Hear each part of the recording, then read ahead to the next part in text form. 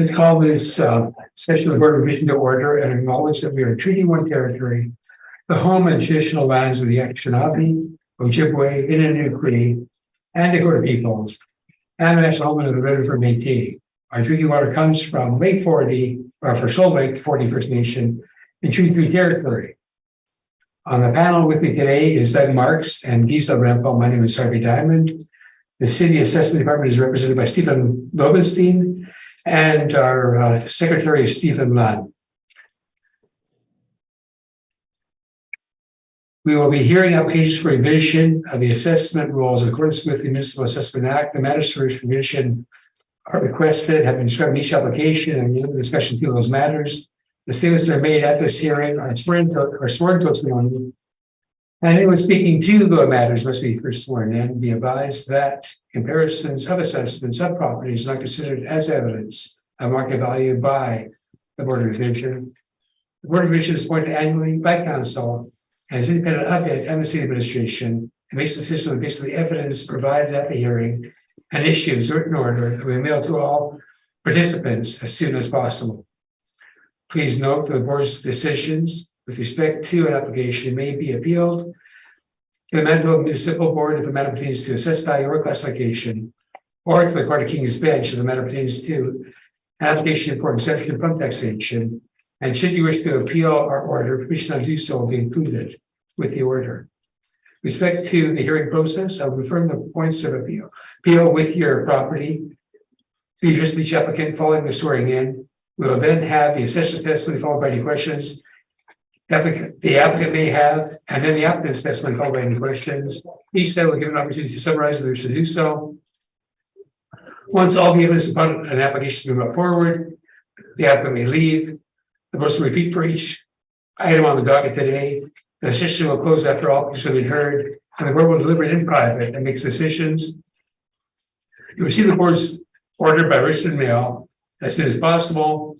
As information, all public hearings are live streamed, recorded, and will form part of a public record. And today we'll be hearing items 1 through 3, 6, and 8 on the docket today.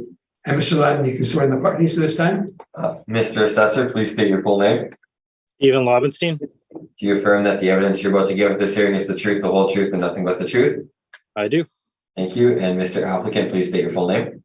Thank you. Wesley Van Bruggen.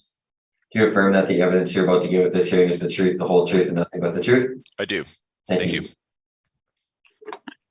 Yes, so the first matter on the docket today is 6 Otter Street. And Mr. Lobenstein, when you're ready, you can proceed. Sure. The roll number is 0307149700 Otter Street. The assessed value is $4,926,000. There's 5 buildings on this property. There's 1 story and 1 premise for this property. The actual years built range from 1965 to 1973. We have an overall year built of 1969 for this property. This property also has a wall height, 10 feet for the office and 20 feet for the warehouse portion. The zoning is M2 and the construction class is a metal frame. So the land area is 174,176 square feet. The gross floor and leasable area are 62,759 for a land to plan of 2.82.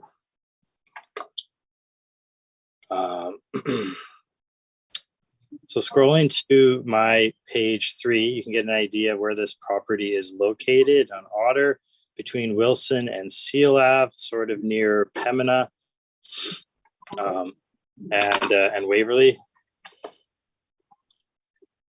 Again, on my page 3, you can see an overhead view of the property. You can see sort of 2 distinct sort of separate buildings with some open area beside those buildings. My page 4 will give you a better view of the property. You can see some overhead doors. You can see where the office is located on the front corner of the property. You can see some materials in the back that they're storing, as this is an industrial property. And of course, beside that property is, or beside the main building is another building with an overhead door. And beside that building is the open area I spoke of before, sort of the vacant land they have to use for processing, manufacturing, or storing goods. Again, on lower down by page 4, you can see another view of this property. You can see also all the materials they store in the back for their processing and manufacturing. When we go to my page 5, you can see the income stream. You can see we are applying the leasable area 62,759 square feet. We are applying a model rate of $5.66 a square foot to get our potential rent of $355,216. We then apply our model vacancy of 3.5%, our expenses at 3%, and our shortfall of $3.85 per square foot to get our net operating income for this property of $324,043. We apply a capitalization rate of 7.70%. This is how my mistake here. There seems to be an inconsistency.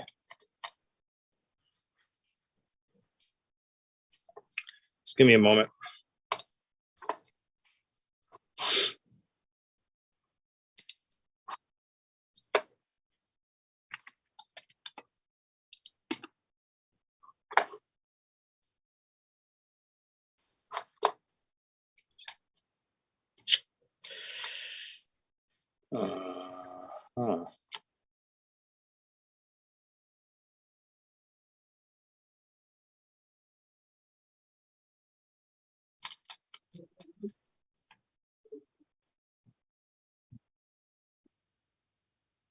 Interesting.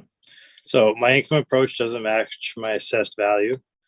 So I'm now going to have to do a recommendation for the income that I have on my income workup here. Just give me one more second. I apologize.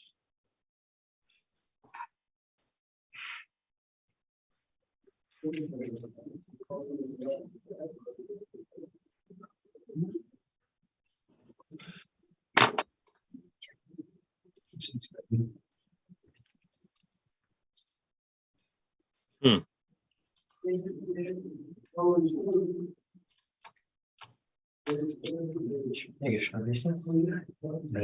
need a short time, Lucy? Sorry, just give me a second. I'm just trying to figure out what happened here. Okay. We can take a short recess if you want a couple minutes. I should be okay. Okay, I'm not sure what happened here. It seems my income, the years got mixed up with my income here. So I am going to do a recommendation for on my page 5, the estimated value of $4,208,000. So I'm not recommending the $4,926,000. So I will be recommending what's on my income for on my page 5. Ms. Van Bruggen, is that acceptable? It seems that there's a statement that's made here that's to your advantage. Are you going to accept that recommendation? Unfortunately, Mr. Chair, I'd have to run it by the client before I'd be able to accept it. Okay. So, I mean, there's a couple options. We could, I could either email them to see if that's acceptable, and I'm not sure how quickly they'll be able to get back to us, or we can proceed accordingly. I think we'll have to proceed in that case. Okay, sorry about that. I'm not sure what you're asking for. You know, you might be hired. I haven't got the material to. I think we'll have to proceed. I apologize for the inconsistency in my brief. Okay, that's fine. So you can proceed, Mr. Augustine, if you have any, because there's a cap rate and everything else we have to deal with. Yeah, we can. I'll run through that right away. So like I said, we have a model rental rate of $5.66 a square foot. This is based off of the market. These are market rents that our model is based off of, and these market rents you can see on page 6. So when we're looking at market rents, we're looking for leasable areas, similar leasable areas, similar wall heights, similar effective year built, and then we also look at the lease terms and the lease starts to have as recent as possible or the most up-to-date market rents. So you can see my properties that I've decided to pick today are in Sherwin, Omens Creek, Gamble, Notre Dame, They're very similar in square footage to the subject property, ranging from 50,282 square feet all the way up to 61,209 square feet.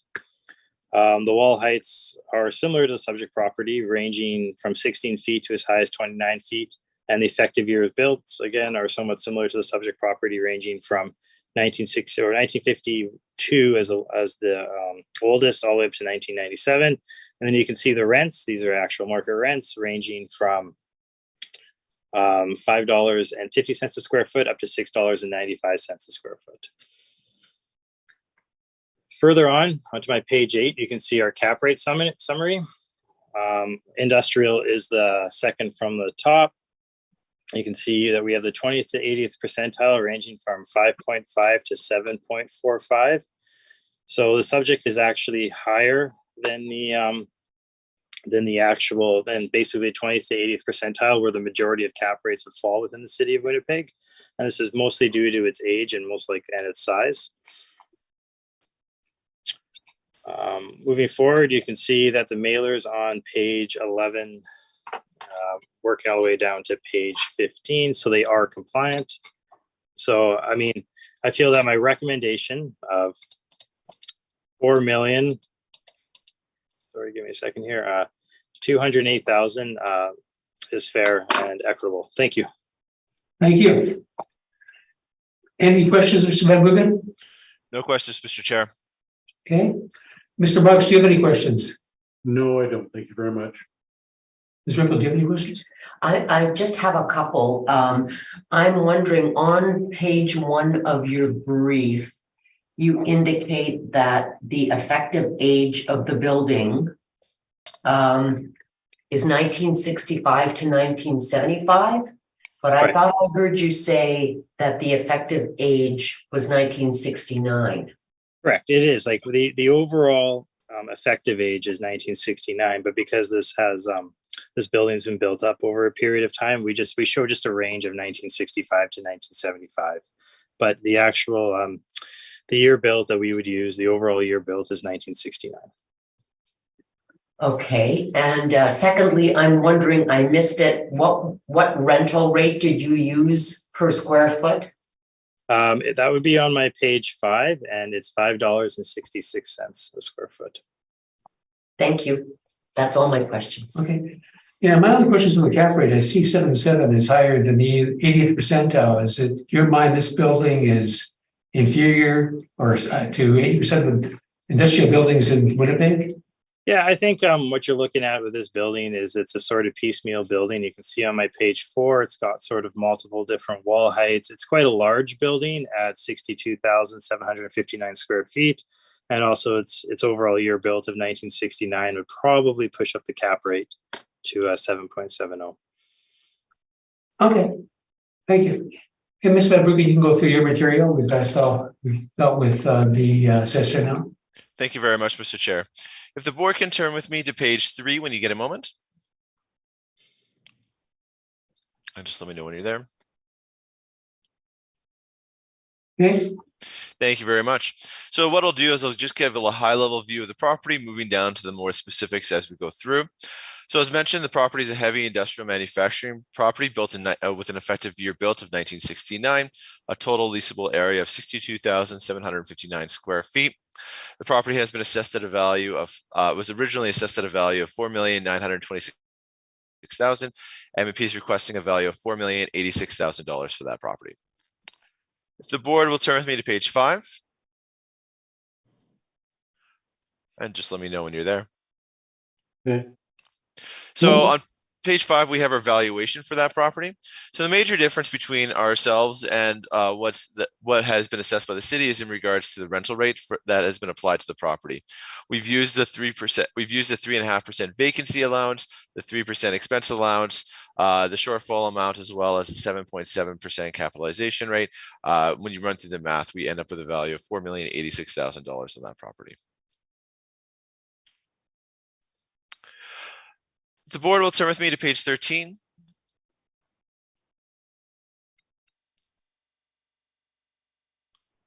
And just let me know when you're there. Okay, we're there. Thank you. So on page 13, we've taken a look at our comparable, taken a look at a number of comparable properties within the city. As mentioned, the property had initially been assessed with a rent of $6.60 a square foot.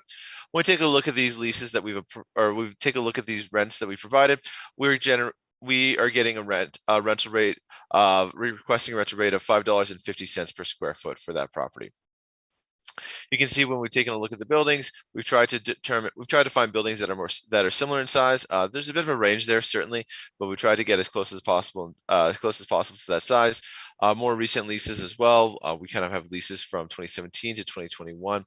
And then in most cases, because we don't have as many leases as the city, we've looked at a lot of leasing documents to provide guidance on what we're looking for. If the board will turn with me to flip forward to page 19. So starting on page 19, we have these lease comparables for the board's consideration there. So 1725 Inkster Boulevard, 700 King Edward Street, 109 Higgins Avenue. If you move down to page 20, we have 975 Logan Ave. For line 75 Logan Ave, the property is generating rent of $5.25 a square foot. And you can see here that this clear wall height is between 15 and 25 feet.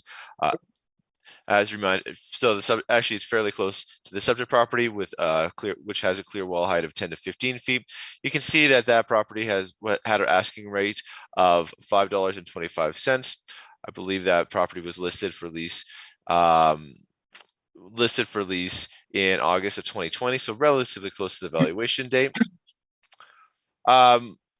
Continuing on, we have 1169 Sherwin and 289 King Street. If the board will jump back with me to page 14.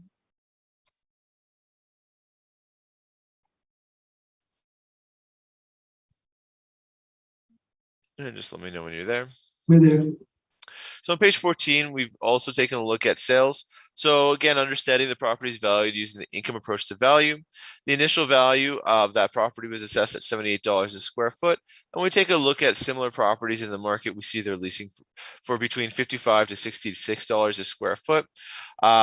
Again, when we take a look at adjusting the rental rate to $5.50, that brings the total value of the property down to $4,086,000, which equates to a rental rate of $65, or which equates to a value of $65 a square foot, which puts it right at the top of the range there of those comparable properties. If the board will turn with me to page 21.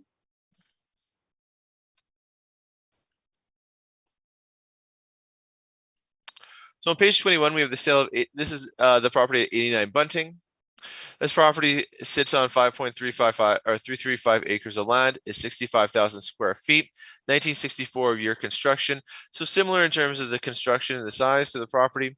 Sold in September 2017 for $3.9 million, which equates to a rate of $59 a square foot.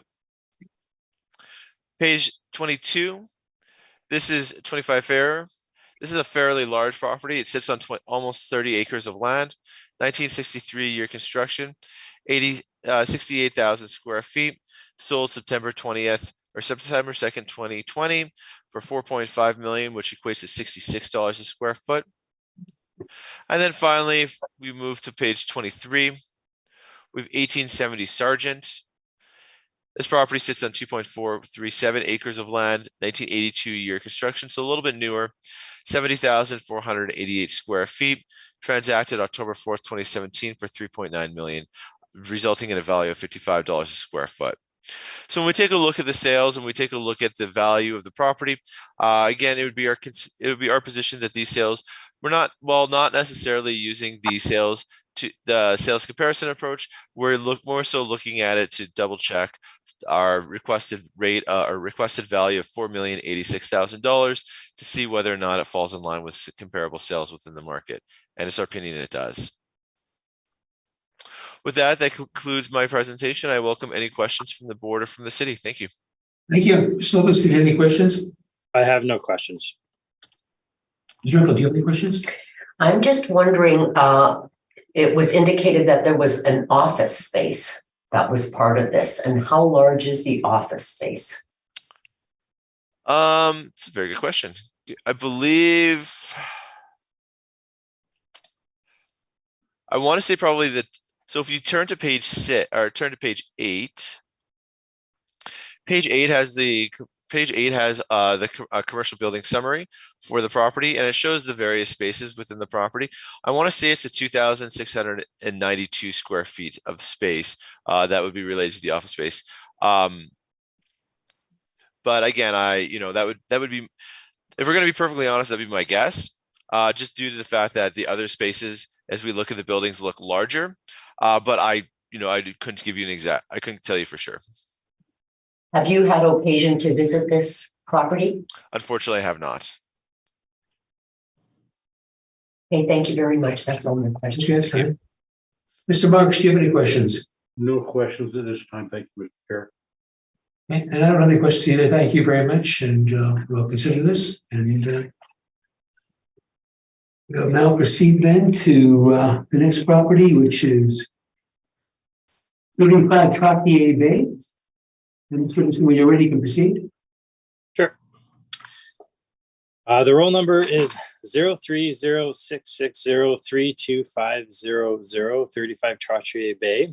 The assessed value is $1,849,000. We have 3 buildings on this property that have been built up between 1977 and 2019.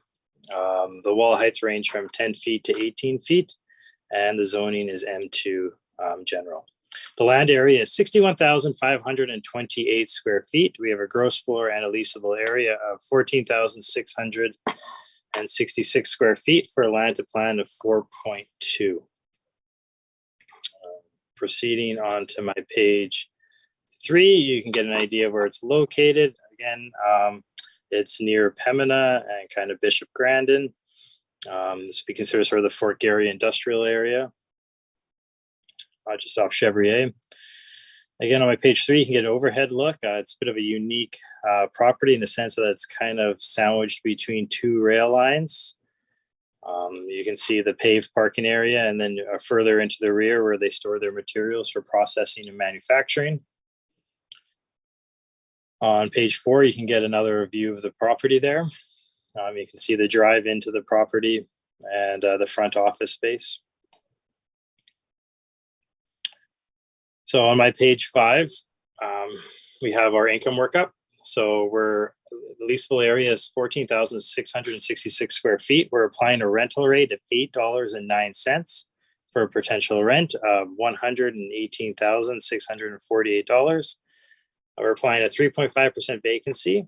3% expenses are $3.85 per square foot for the shortfall, and this has a capitalization rate of 5.9% for an estimated value of $1,849,000. Again, on my page 6, you can see our rent comparables. These are actual market net rent comparables, net of expenses. This is what they're paying just for the space they are leasing. For this type of property, again, we're looking for similar leasable areas, similar heights, similar effective year built, and also we're looking at lease starts and lease terms for the most up-to-date leases. So the rent comparables are 2 are on Salto, 1's on Nature Park, another one's on Fennel, Henlow, and Wilkes. So these are all in fairly close proximity to the subject property. The effective year builds range from 1984 all the way up to 2005. The leasable areas are similar to the subject property in that they range from approximately 8,000 square feet all the way up to 15,000 square feet. And of course, the wall heights are similar, ranging from 20 feet all the way up to 27 feet. Again, I mentioned that as an overall capitalization rate of 5.9%. So this one does fall within the 20th to the 80th percentile, as that is on my page 8 and the second chart. So it is 5.5 to 7.45. So this does fall within the range. On my page 10, this is a fully owner-occupied building. So page 10, working down to page 15, you can see the income and expense mailer. So we feel that this property at $1,849,000 is fair and equitable and should be confirmed. Thank you. Thank you. Mr. Van Bruggen, any questions? Thank you very much, Mr. Chair. If we can turn to, I guess, let's start, if we could start on page 3, please. Yep. And if the board can just let me know when you're there. Okay, Excellent. So on the bottom of page 3, this is the overhead view of the property, correct? Correct. Now, how would you characterize the shape of the lot? Would this be a typical shape for an industrial property? No, this is not a typical shape. Okay. And so typically when you're looking at industrial property, what are some of the considerations that someone would be looking at when looking at renting a property? Would they be looking at access for trucks? Sure. Yeah, they'd be looking at access for trucks. Yeah. So how would you say this compares to other industrial properties? Would the access for a truck be better or worse than what you would typically see? I mean, that's the interesting thing about industrial properties. I've seen it all from very narrow spaces to very wide open spaces. This one is a little more narrow as compared to other properties. I would agree.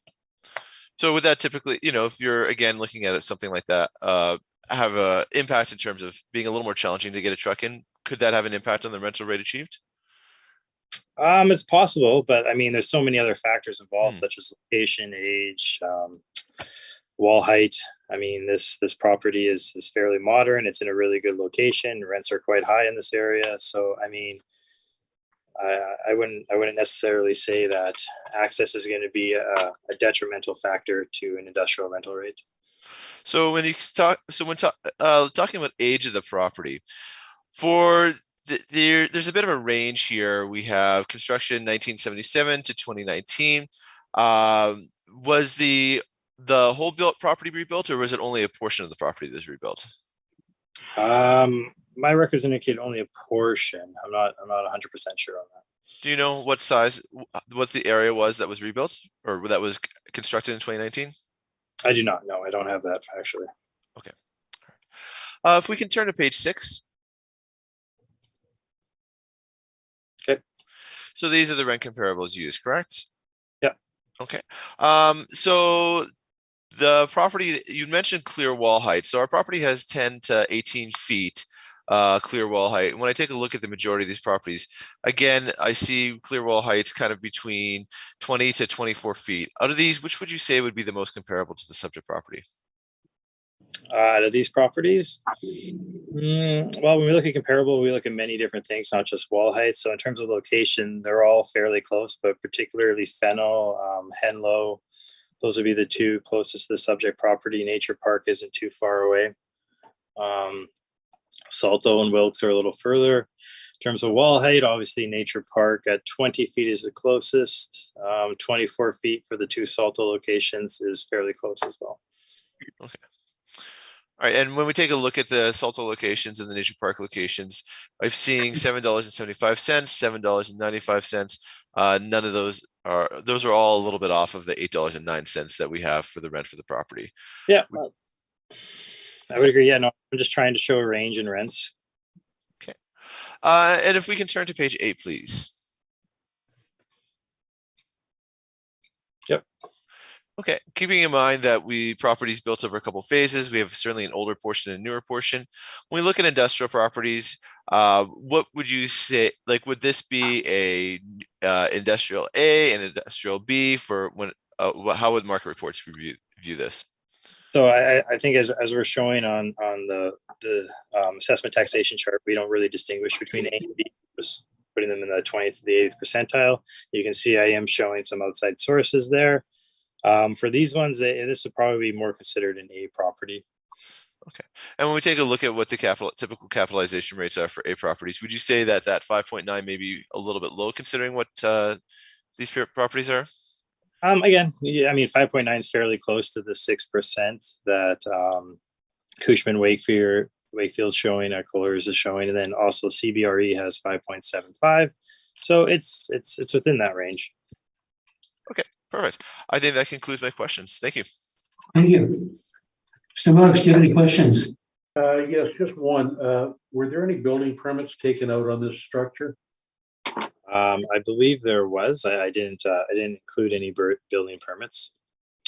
And was there any value attached to those permits?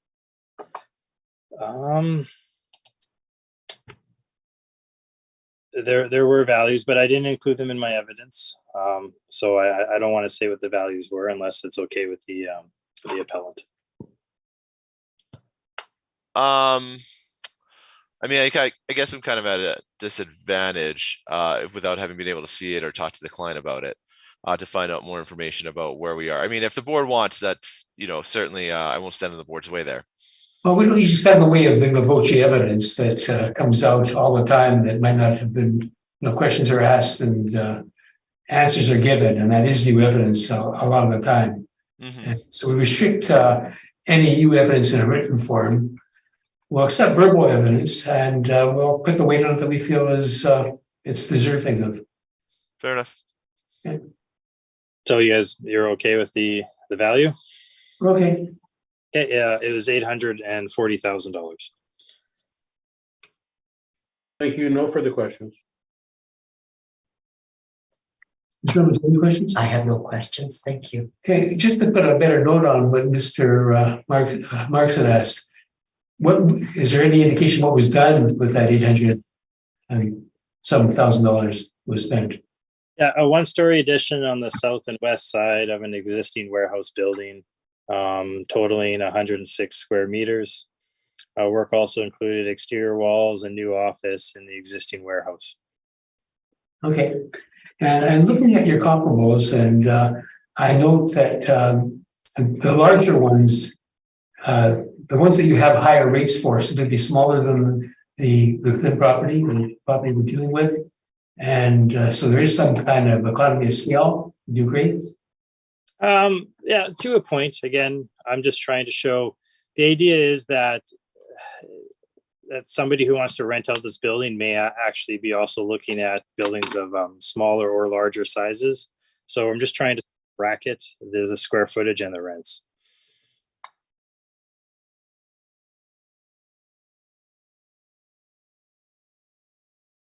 Yeah, in size, I think probably your best comparable would be the property at 115 Nature's Park Way. Sure, and at $7.75, that's fairly close to the model rate of $8.09. Yeah.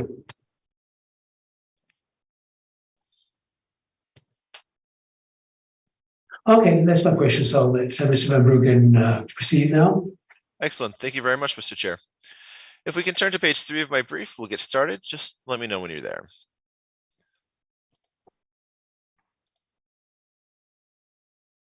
Okay. Excellent. Thank you very much.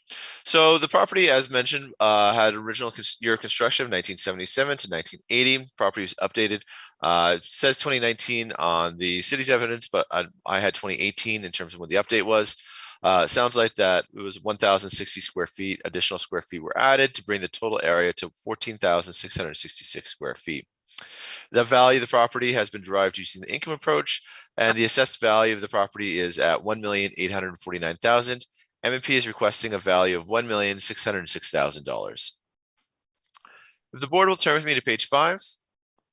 On page 5, we have a requested rate for the property. Here we have 2 adjustments that we'll be looking at making. So the first is to the rental rate.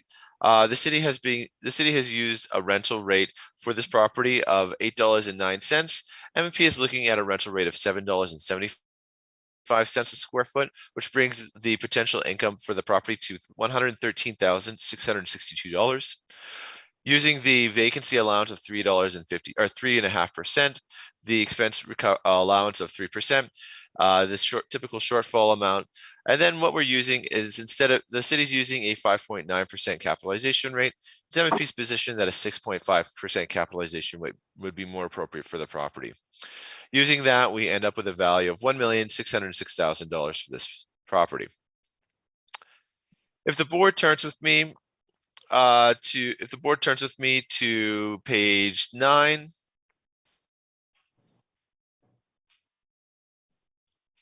On page 9, we have we just have some of the physical characteristics provided by the city for this particular property. So this is the commercial section details, and this just outlines the areas that are within the property. Here you can see building 3, section 2, a wood frame building constructed in 2019, 1 story, 806 square feet, as what's been indicated there. So I'm not quite sure where the variance between 1,060 square feet comes from and the what has been reported on the website, but that's you can also see. This is also just a show to the board. The majority of the property was constructed in 1977 and 1980. So the most of the property is a little bit older. It's only a small portion of the property that has been updated. Oh, actually, you know what? Sorry. The rest of the property you can find on page 10. You know what? That would probably, or sorry, on page 10. If we take a look, it would be the 806 plus the second component at 220. That takes us to the 1,026 square feet. So again, just for the board's reference, when you take a look at the property, the majority of the property is a little bit older. If the board turns with us to page 15, we'll get started on the information. So again, on page 15, what we've taken a look at is the rental rate for the property. The property has been assessed with a rental rate of $8.09. When we take a look again at leasing within the market, we have identified a number of lease comparables. So again, these would be asking rents for properties. We can see that these range from about the areas of these properties range from 6,613 square feet all the way up to 24,000 square feet. So kind of bracketing the property there, much as what we've seen for the city. We take a look at the rental rates that have been applied. They range from, or the asking rates for these properties, they range from $6.45 to $9.50 per the table below. Again, when we take a look at these, and we take a look at the average, we're ending up with an average of about $7.75 for these properties. If the board will turn with me to page 21. We have our listing comparables there for the board's reference. So we have 118 King Edward Street, 700 King Edward Street there.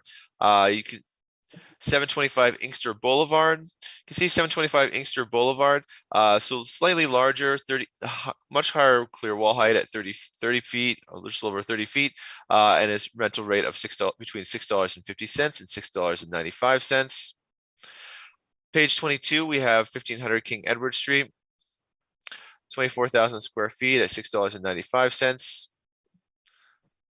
306 to 314 Q8, 1131 to 1133 Q8. You can see that one for 1133 to 1131 Q8, 6,613 square feet, 18-foot clear wall height. So similar to what we'd be looking at for the property rate of $6.75. 50 Paramount is on the next page, page 23.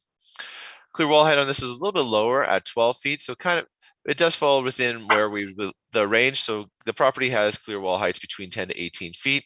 So it's a little bit on the lower side, rental rate of $6.50. 955 La Jamodier, 7,500 square feet, 26.4 clear wall height, $7.95. And then if the board turns to page 24,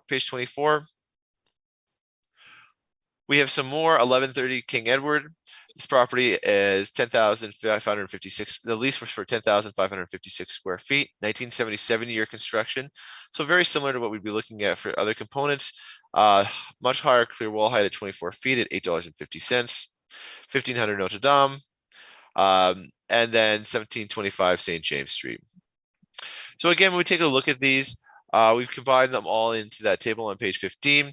Taking a look at them all, again, has been indicated. There's a variety of different factors that are considered for industrial properties.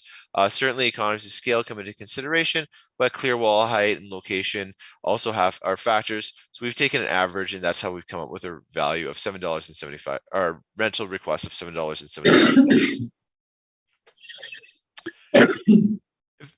If the board turns with me to page 16, please. On page 16, we have a discussion of the capitalization rate for the property. As mentioned, the property has been assessed with a capitalization rate of 5.9%. What MFP has done is we've identified a number of industrial properties that we feel would be similar. We've taken a look at the age of the property, so we can see here on the table that we have properties with years of construction ranging from 1957 all the way to 1973. We've taken a look at the building size. Building sizes kind of range in that 12,000 to 23,000 square foot mark. The sale dates for these properties are between 2018 and 2020.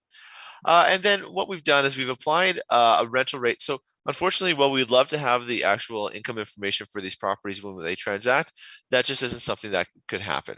So what we've done is we've applied what we feel would be a reasonable rental rate at $7.75 across the board to these properties, a vacancy rate of 3.5%, an expense allowance of 3%, and operating costs of $3.85.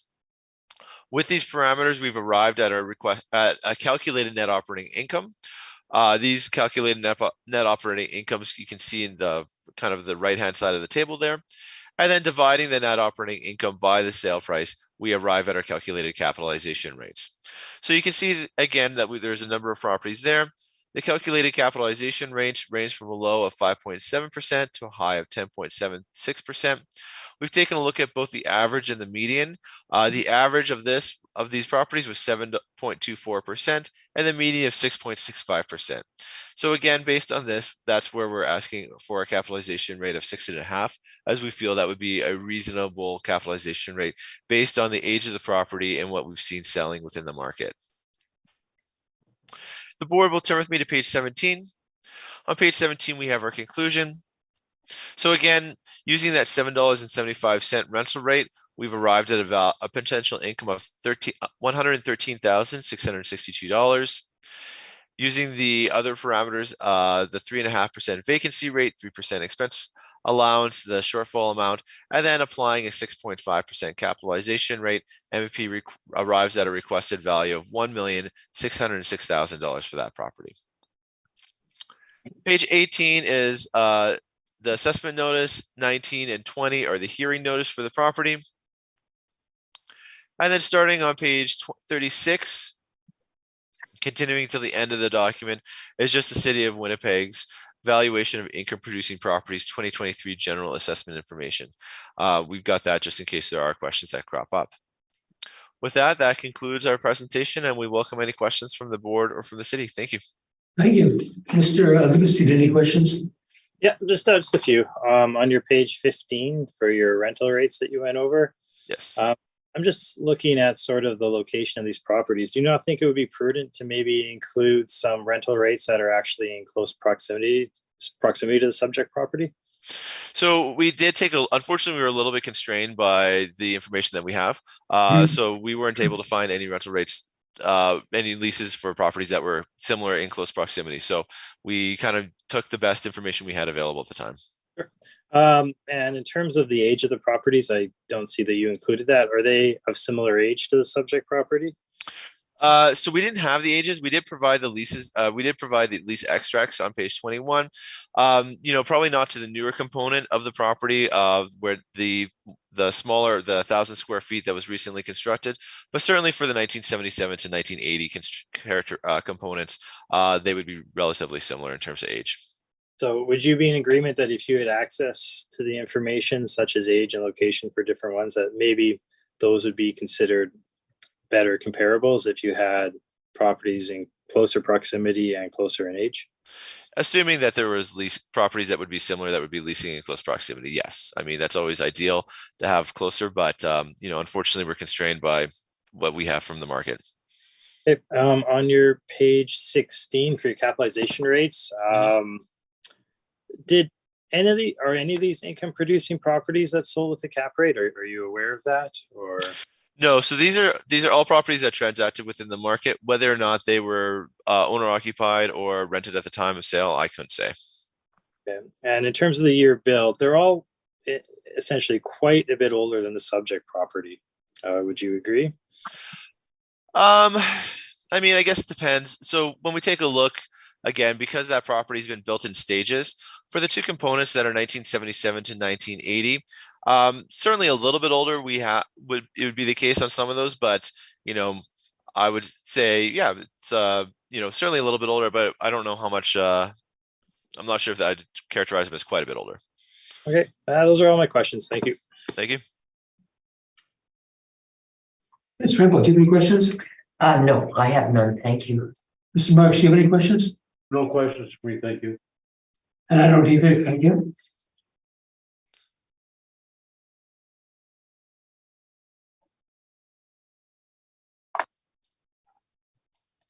Okay, that concludes this matter, and so we'll now proceed to agenda item number 380 Paramount Road. Mr. Lucy, when you're ready, you can proceed.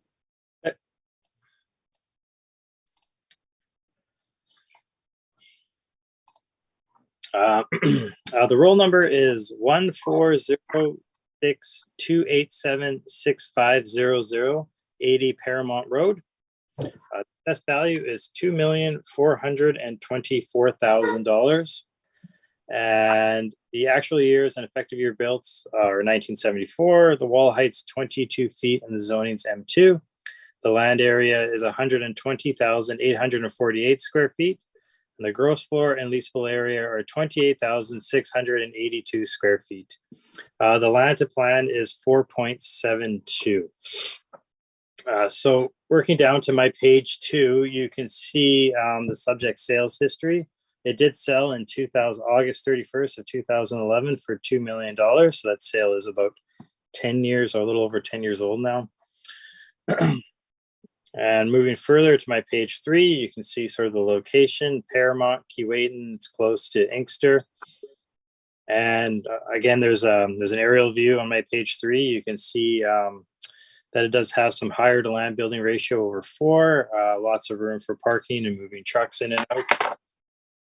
And again, on my page 4, you can see some more views. You can see the overhead doors in the rear where they can load and unload the trucks that they need for their manufacturing and processing or storage. So page 5 is the income approach. You can see we have the leasable area of 28,682 square feet. We're applying the $6.02 a square foot for a rental rate to get our potential rent of 172,666. We're applying a vacancy of 4%, expenses of 3%, and our shortfall of $3.85 a square foot, and a capitalization rate of 6.45%. To get our estimated value of $2,424,000. Again, on page 6, we have our market rent comparables. Again, we're looking at leasable area, wall height, effective year built, and also the lease starts and lease terms to make sure they're up to market. We've bracketed the property with leasable area between 24,297 square feet all the way up to 31,741 square feet.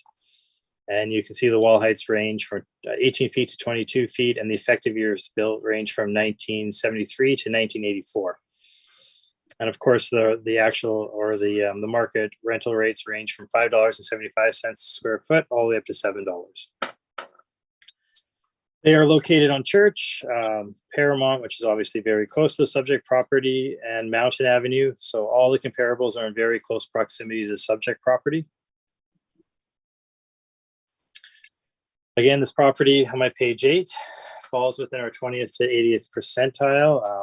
Of 5.5 to 7.45 for capitalization rates. It's at 6.45.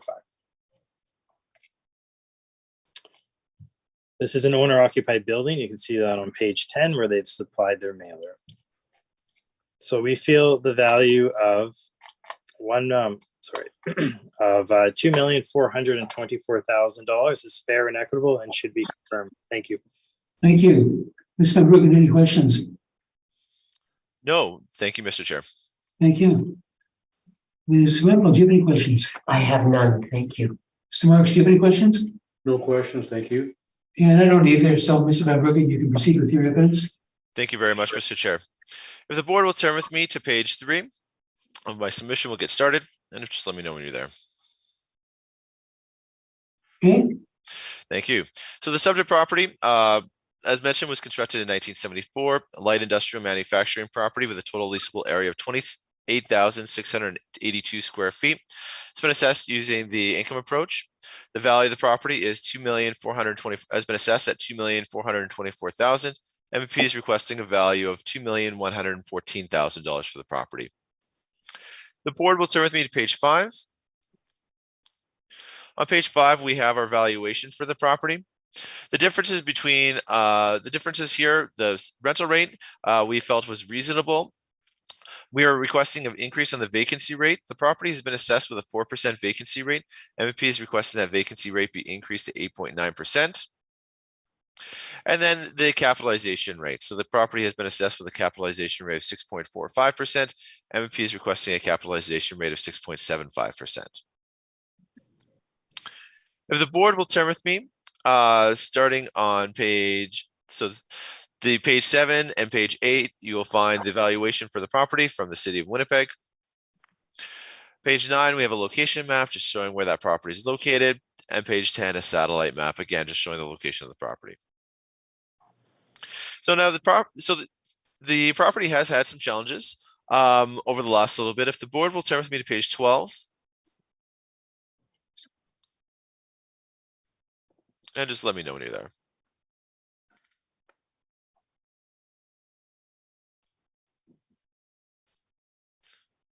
Okay, Thank you. So on page 12, we've received information from the property owner that they recently found out that they're going to need a new roof on the property. Understanding that's a capital improvement, it's not typically considered. But, again, I think it's worth noting as we're talking about the value of the property, because it certainly would be taken into consideration by anyone who's looking at purchasing the property. The property is reviewed. It was determined that there's a number of issues with the property as in terms of the roof. And based on an estimate that they had received, they were quoted at a value of a cost of over $700,000, what it was going to be to look at repairing, or almost about $700,000 in terms of what it was going to look to repair that issue. The issues include needing to repair the metal flashing, needing to remove the vapor barrier on the roof, needing to, as well as needing to do some additional, do some things with fixing drains, vent stacks, and dealing with some of the roof debris. You can see pictures of that roof starting on page 12, 13, 14, 15, 16, 17, and 18, just showing what that state and condition of that roof is. If the board turns with me to page 27, and just let me know when you're there.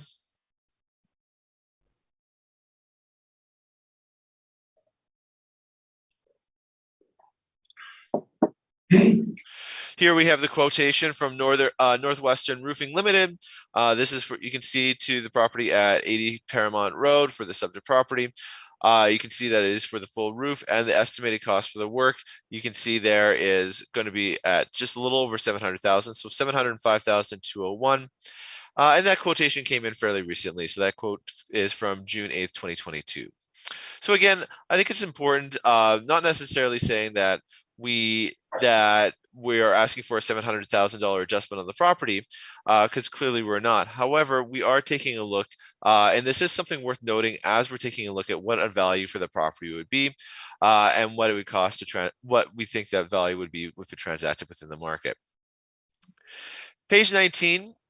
If the board can turn it back with me to page 19. And just let me know when you're there.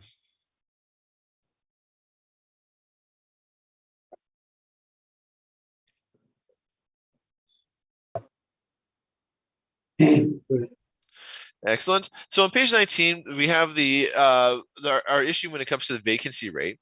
So the property has been assessed with a vacancy rate of 4%. However, when we take a look at the Johnson report, it indicates that vacancy for properties within the Inkster industrial area has been increasing since 2018. So you can see that in 2018, taking a look at Inkster, on the table below, it was 3.8%. 2019, it was 7.9%. And in 2020, it was 8.9%.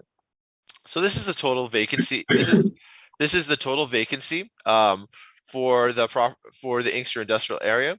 And that's why we're asking that 8.9% vacancy rate be applied to the property. Understanding that one of the challenges when you have a market, even if you have a fully occupied building, is whenever someone is looking to purchase the property, they're always going to be considering what type of vacancy is within the market, what is the ease of renting out a space within that property, and what is, certainly all those factors would come into consideration when looking and valuing a property. If the board turns with me down to starting on page 30, please.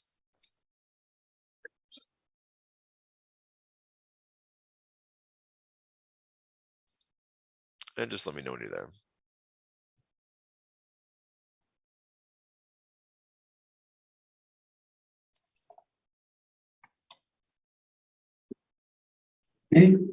So here we have the June industrial vacancy report. You can see here that for 2020, there's an 8.9% vacancy rate for the Inkster industrial area.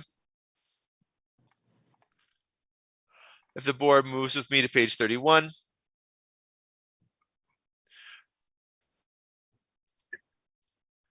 Page 31, we have the vacancy for investment properties in the Inkster industrial area. Not saying that we think the property is an investment property, but just showing what that vacancy is. You can see that the vacancy rate for 2020 or starting in 2018 was 5.1 up to 13.1 in 2019, 12.4 in 2020. The board moves with me to page 32. We can see that for single tenanted industrial properties in 2020, that for Inkster, it was 13.3% vacant. So again, our property is a single tenanted property. However, we're looking at the vacancy as per the entire market, the Inkster market. And then finally on page 33, when we take a look at multi-tenanted buildings, you can see that vacancy rate for Inkster is 11.8% for 2020 again. So again, when we take a look at each one of these components, it's our opinion that an 8.9% vacancy rate would be applicable to apply to the property when determining what a valuation would be for that property.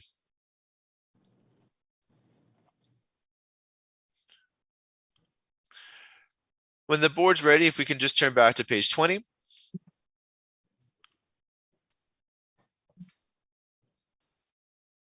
And just let me know when you're there.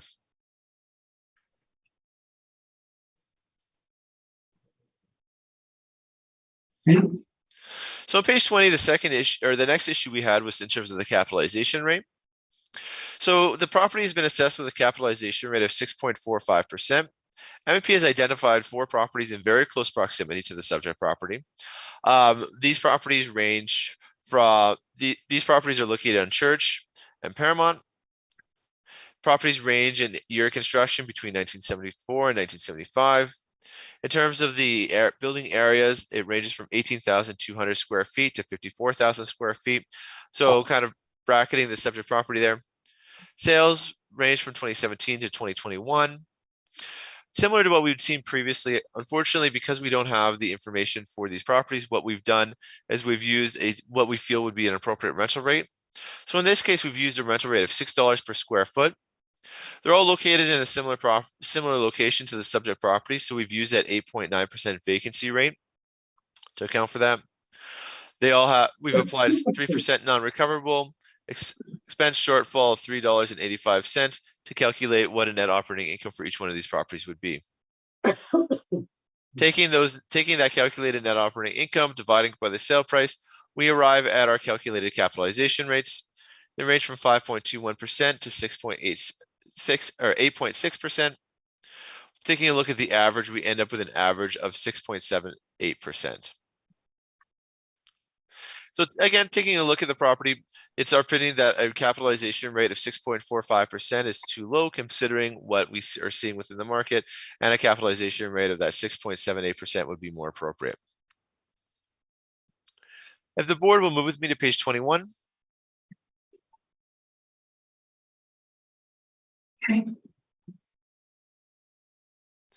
So on page 21, again, we take a look at the property. We see the sales outlined there. So again, it's our opinion that the value of the property shouldn't be valued based on sales, but again, I think it's a helpful check. The property was originally assessed at a value of $84.50. Similar properties have been selling within the market for values ranging from $58 to $95 a square foot, with an average of $76 a square foot. Considering the pending roof repair, it'd be M&P's opinion that the value of this property would be the lower end of the range of values, more in line with the $50 to $60 a square foot.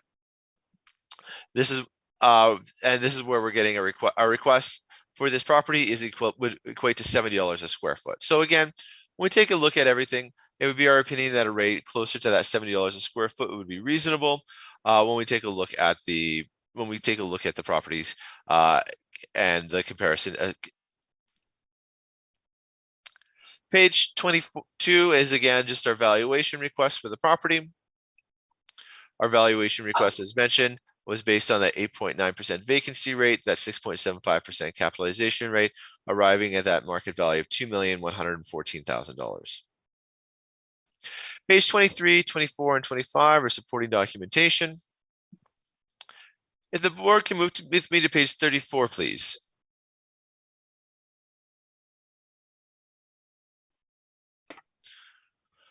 And just let me know when you're there.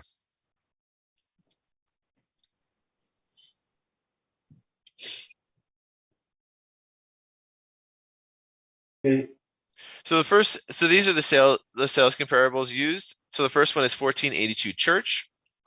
We've got 2 exterior photos of that property. Page 35, we have 1320 Church. Just showing with that property. Again, exterior photos of that property, just showing some of the characteristics of that property. Page 36. This is 1681 to 1693 Church.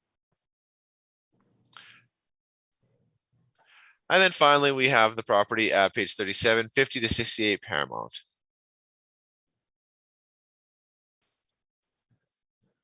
Finally, starting at page 39, continuing to the end of the submission, page 85 is information from the City of Winnipeg. So the 2023 valuation of income producing property document, as well as the 2020 valuation of income producing properties document. With that concludes my presentation. I welcome any questions from the board or from the city. Thank you. Thank you. Mr. Rubenstein, any questions? A few. I'm on your page 19 for your vacancy. You're showing an overall vacancy summary for total inventory in the Inkster Industrial Park. I just want you to take note of the large increase from 2018 to 2019 at over 4%, from 3.8 to 7.9%. This is sort of odd. Would you not agree? Could this be indicative maybe just one large property going vacant at the time? It's hard to say. I mean, you see the same thing within Transcona as well. It goes from 4.4 to 8.6. So again, it depends. It certainly could be a consideration of that. But I think when we take a look at what the actual characteristics of the property are, when we take a look at page 31, 32, and 33, we can see that it looks like it's an impact across the entire area as a whole. So on page 31, we can see that there has been a similar increase for the investment grade properties. On page 32, so this would be for the single tenant properties. We can see that there was again a substantial increase. And then for 33, when it comes to the multi-tenanted buildings, we can see that there is that same increase. So I don't necessarily think that this is indicative of one large property just vacating and that vacancy increase going up. It looks like it's across all categories of properties in the Inkster area. I think I would have to disagree with that in the sense of if we look at your page 31 and again look at Inkster, you see, and for your single tenant investment industrial, the trend again shows a very high increase in 2019 to 2020 and then a huge drop for 2021. I mean, that to me seems like one building went vacant and then became occupied again. Because when you look into the past, the trend, it goes up very slowly. No, but when we take a look at page 33, we can see for multi-tenanted buildings, Again, we see that increase from 5.7 in 2018 to 11.7 in 2019, a slight decrease in 2021. But again, we still see that jump across the board in all categories. So, again, I think when we take a look, it wouldn't necessarily be related to one property, particularly when we see that same trend falling in. I think if we were to only look at that increase coming on one of the considerations, either the industrial or the multi-tenanted or the single tenanted, sure, we maybe could make that characterization. But I think when we see it happening across all three categories, I don't necessarily know if we can make that same. I think at that point, it's more an indication of what's happened to the market. Yeah, those are all my questions. Thank you. Mr. Marks, any questions? No questions for me, thank you. Mr. Hill, do you have any questions? I'm just wondering about the pictures of the roof that you have in your brief. Yes. And I am wondering when those photos were taken.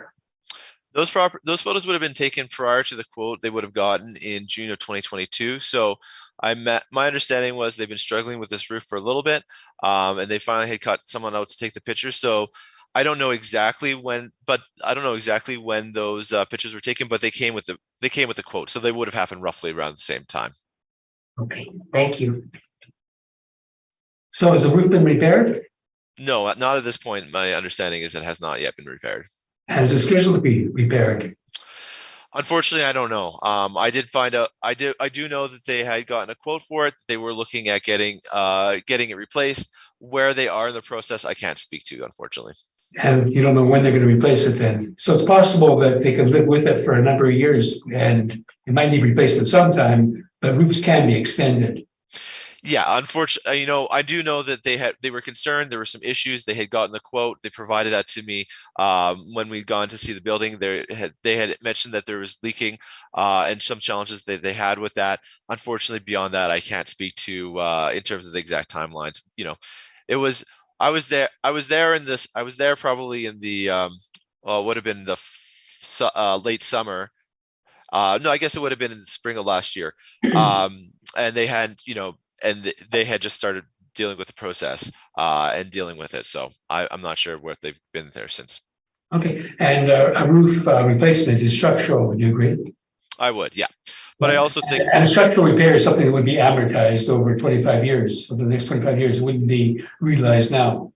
No, I agree. It would certainly be something that they would be considering. But I mean, again, I think if we're talking about what's the market value for the property, anyone who's buying a property would certainly be taking into consideration a roof repair that would be necessary. And we're not, as you can see with our value request, we're not asking for a $700,000 cut off the value. We're pointing out as a physical characteristic that anyone who would be looking at would be considering, and basically saying, we would be looking at a value that would probably be a little bit more closer to the bottom end of the range of similar properties that are selling with. And your similar properties, you don't know what the roofs were like on those properties. You don't know if they had new roofs or if they had roofs that needed repair, do you? I do not. No, you're correct.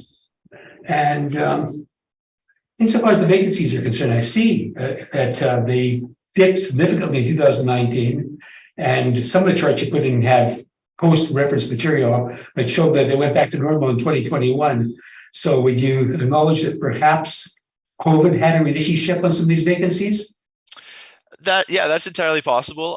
Unfortunately, I don't, I can say when looking at the information, it looks like there was an impact across the Inkster Industrial. COVID, I think, would probably be, if it looks like it happened kind of between 18 to 19, it feels like that would have been a little early for a COVID impact.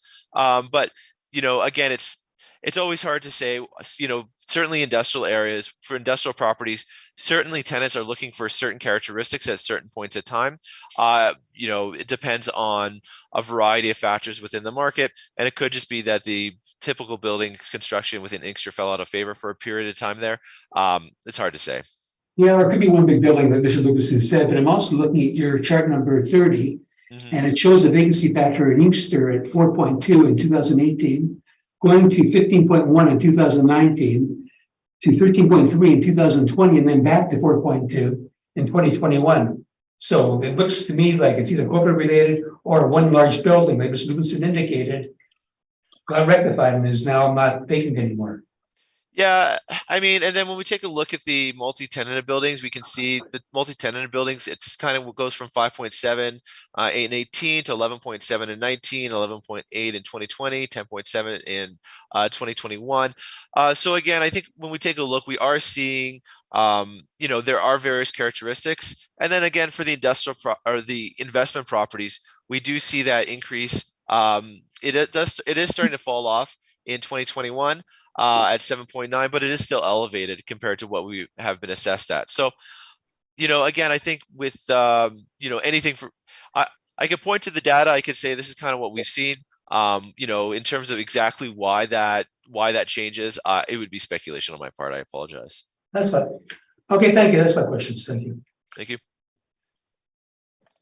So I think that this matter now has been dealt with, so we can now proceed with the next matter. It's looks like 909 Jarvis Avenue. Okay. Okay, Ms. Lucy, when you're ready. The roll number is 14099966200 909 Jarvis Avenue. The assessed value is $3,692,000. There's 3 buildings, 1 to 2 stories. The actual year built and the effective year built is 2005. The wall height's 11 feet to 25 feet, the 11 feet being the office, the 25 feet being the warehouse. Zoning's M2 general. The land area is 137,525 square feet. We have a gross floor and leasable area of 34,275 square feet. On my page 2, you see there's a sales history. It's sold on February 18th of 2016 for $3 million. Moving down, you can see on my page 3 where it's located. Jarvis, closer to McPhillips, near Selkirk Avenue. And on my page 3, you can see the above head view of the property. You can see there's lots of space for trucks and materials. And then page 4, you get another view of the property. You can see sort of the rear view with the exterior doors or the overhead doors to allow materials to be loaded and unloaded. So that brings me to page 5, which is the income approach. So we have it broken up into the mezzanine portion and the and I guess the warehouse portion, mezzanine office warehouse. So you can kind of see the mezzanine portion on my page 4 at the top there, the Clafton area. So we have a total leasable area of 34,275 square feet for a potential rent of $288,340. We're applying 6.5 vacancy, our standard shortfall and expenses, and a 6.85% capitalization rate to get our value of $3,692,000. Again, our model rents are based off market rates. These are net market rates on my page 6. We're looking for similar leasable areas, wall heights, effective year built, and lease terms, and of course location. So you can see the locations are Sutherland, Salto, Debates, Discovery, and King Edward. This is spread pretty far across the city, mostly due to the age of this property and the size of it. The closest one, I guess, would be Sutherland. It's at 39,050 square feet. It has a rental rate of $9.08 and a fairly recent lease start of April 1st, 2020. The wall heights are fairly similar to the subject property, ranging from 18 feet all the way up to 27 feet. And of course, the effective years built are fairly close. One's 2014, we have a 2007, and then we have 3 in the 80s. So that's pretty typical for the Winnipeg market for newer builds. Going forward, our capitalization rates, 5.5 to 7.45% again, is the 28th percentile. This property falls within that at 6.85%. You can see the mailer on page 10. They indicate a gross rent, I believe. Yes, they do. So the tenant is renting out the building, they're saying. There is a breakdown on page 14 that they have supplied for their expenses and their income. It should also be noted that in 2014, sorry, 2016, there was some interior alterations for $750,000. That included partition walls. They relocated some stairs, new washroom, and some millwork. So we feel the value of, $3,692,000 is fair and equitable and should be confirmed. Thank you. Thank you. Mr. Van Bruggen, any questions? Thank you, Mr. Chair. If we can move to page 5, please.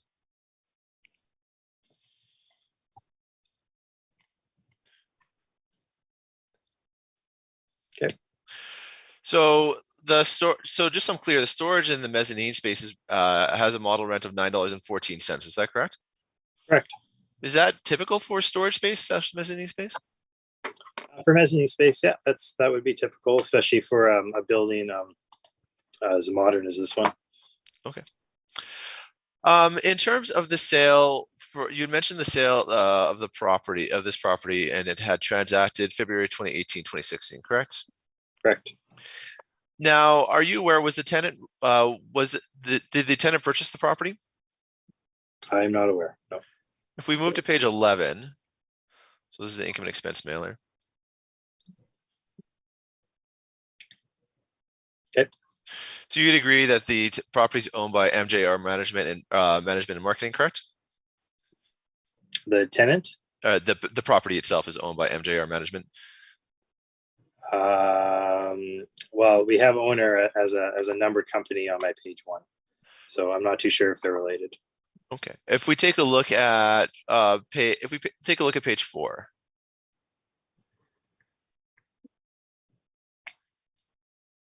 Okay.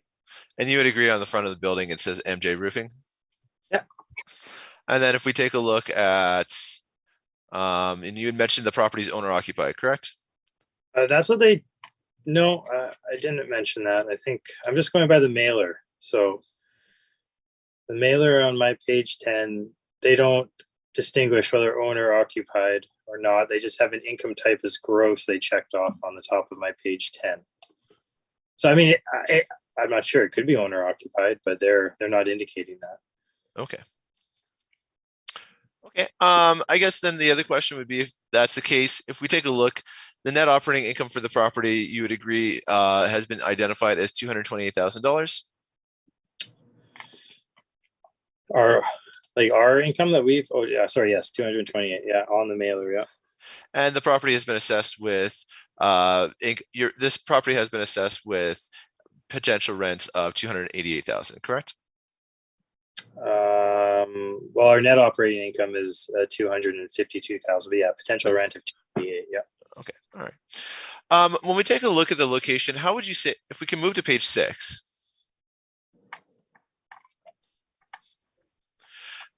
And considering the location of Jarvis, how would that stack up to King Edward and some of these other properties that you have here?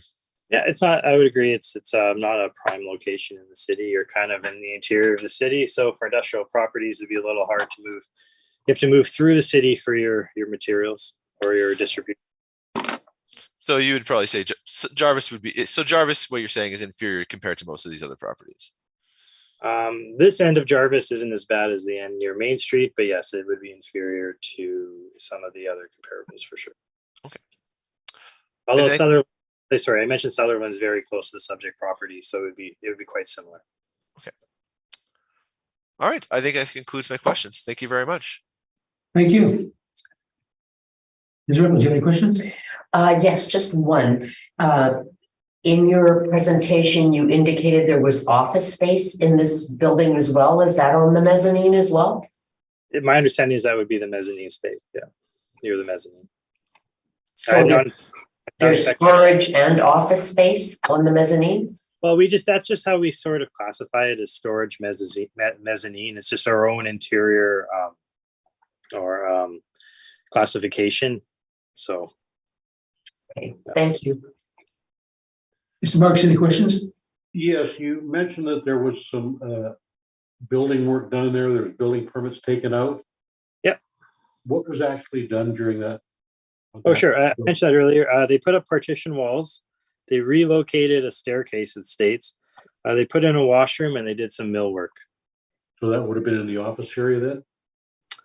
Well, the walls, maybe it didn't distinguish where it happened in the building. So, I mean, partition walls do get moved around in industrial properties quite often. That could be in the warehouse portion. Stairs could be to the mezzanine. So, and the washroom could be built in the warehouse portion or office. So I'm not 100% sure. And what year was that done? 2016. Okay, thank you. No further questions. Susan, I can probably figure it out if I have to, but you might have it figured out already and it'll save you some time. What is your overall rental rate? It is $8.41 a square foot. Thank you. That's my only question. Okay, Mr. Van Bruggen, you can proceed with your evidence. Thank you very much, Mr. Chair. If the board will turn with me to page 3, we'll get started. So the subject property was constructed in 2005 with a total area of 34,275 square feet. It's been assessed using the income approach. The property has been assessed at a value of $3,692,000. M&P is requesting a value of $3,097,000 for that property. If the board will turn with me to page 5. On page 5, we have our valuation for the property. There are two differences between M&P's valuation and the city's. The first is in terms of the rental rate. The city has assessed the property, as previously mentioned, with a potential net income of $288,340.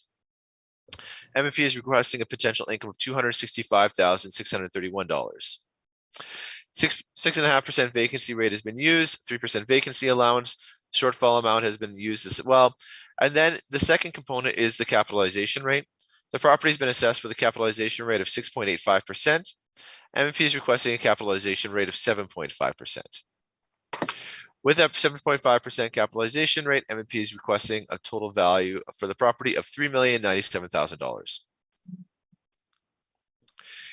The board will turn with me to page 10. We have an overhead map of that property. Page 11, we have some exterior photos. And same thing with page 12. Page 13, we have our issue in terms of the valuation for the property. So the first is the rental rate. So the property has been assessed with a blended rental rate of $8.41.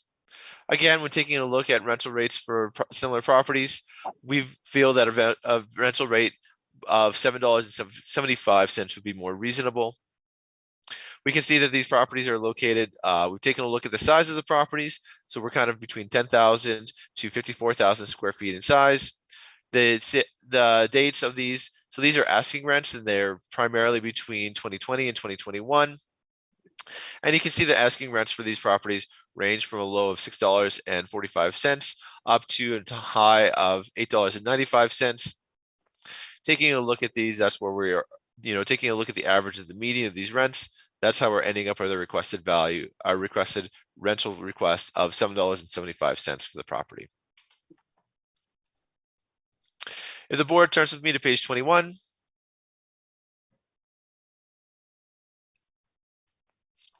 On page 21, we have the listings.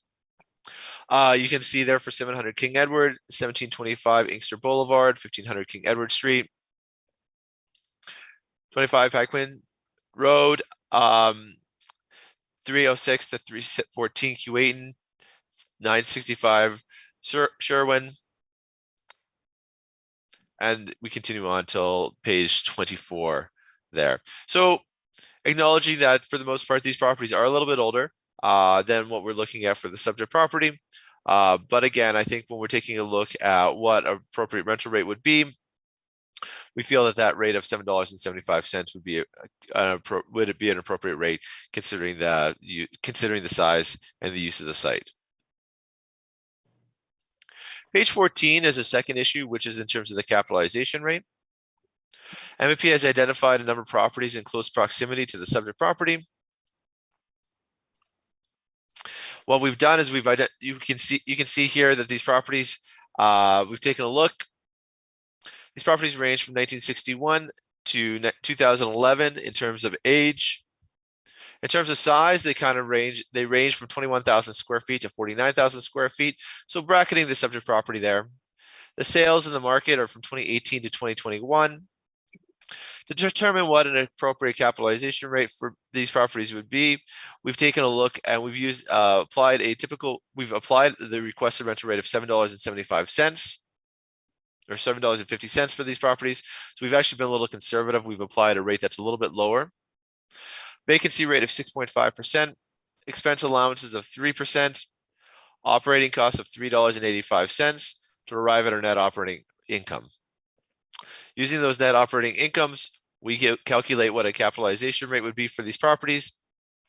And then we arrive at an average and a median capitalization rate. So the average is $7.51%, and the median is 7.96%. Now, just as a quick note, you'll have noticed that the city did provide a lease for 110 Sutherland Avenue. The lease for 110 Sutherland Ave shows that property has a rental rate of $9.08. In our analysis, we're using a typical rent rate of $7.50, and that's the second one down. So again, I think this goes to highlight the fact that the rental rates that we are using for these properties are very reasonable, probably a little bit low in some cases. And then again, we're doing this in an effort to be conservative when we're determining a capitalization rate for the property. So as mentioned, the property has been assessed with a capitalization rate of 6.85%. Based on the sales, MVP is of the opinion that capitalization rate should be 7.5%. Page 15, we have a map of where those sales are located. So you can just get a sense of where the properties are located within the city. So the star is where the subject property is. The blue pin right beside it is 895 Jarvis, so in close proximity, similar location, slightly older building. If you look down the road towards Higgins Ave, so closer to South Point Douglas, we have 110. There's 110 Sutherland Ave. This was one of the comparables brought forward by the city for the lease.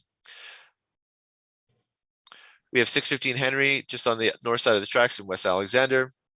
And then we have the remaining of those properties kind of spread across. So we did try to be fairly mindful of the location of the properties, try to choose properties, close in terms of location to the subject property, as well as in terms of size for the subject property. Page 16, we have our conclusion. Again, just taking a look at the value of the property.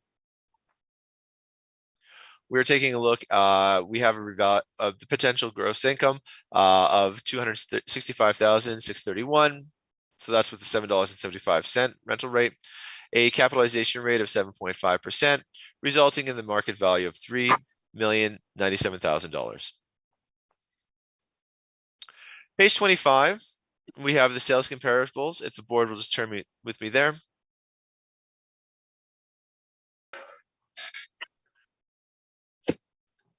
Okay.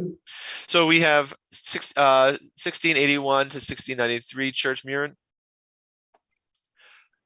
Page 26, we have 110 to 112 Sutherland.